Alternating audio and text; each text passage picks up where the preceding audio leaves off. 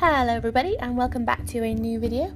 I say new video, I haven't actually posted a video in a very long time and I don't actually normally do a voiceover on my videos either, but I decided I'd give it a go today just to see how I feel about it. I'm afraid there is a little bit of missing footage actually. I think it's about here somewhere in a minute. I'm afraid that's because my camera stopped recording and I didn't realise it happened. I'm really sorry. So I've just sort of skipped over that bit, missed that bit out. So I'm really sorry if that bothers you, that it's about here, I think it is. It really annoyed me as well, but it was too late. There was nothing I could do about it because my camera just had died on me and I hadn't realised and I'd carried on painting, so I'm afraid that is just one of those things that happens when you're recording.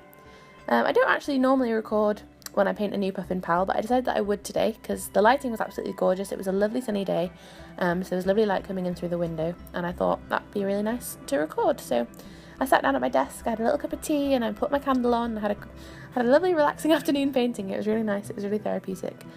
The materials I use in this video to paint Mr. Barn Owl, who needs a name by the way, so if you have any suggestions please leave them down below. I used a mixture of watercolour, gouache and acrylic paints for this. Obviously I did a pencil sketch first, but then I used, like I said, a mix of watercolours, gouache and acrylic paints for this little guy. I tend to use a mixture of those three paints in most of my pieces. I use different paints for different sort of textures. I use the acrylic to get a sort of more, texturised piece.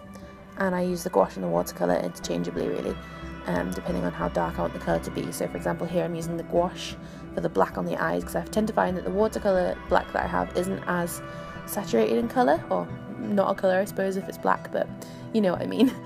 But I think that's about all I've got to say on this one, so I will leave the video running with some music and you can listen to that instead of my voice. So I hope you enjoyed this, thank you very much for watching and I will catch you next time.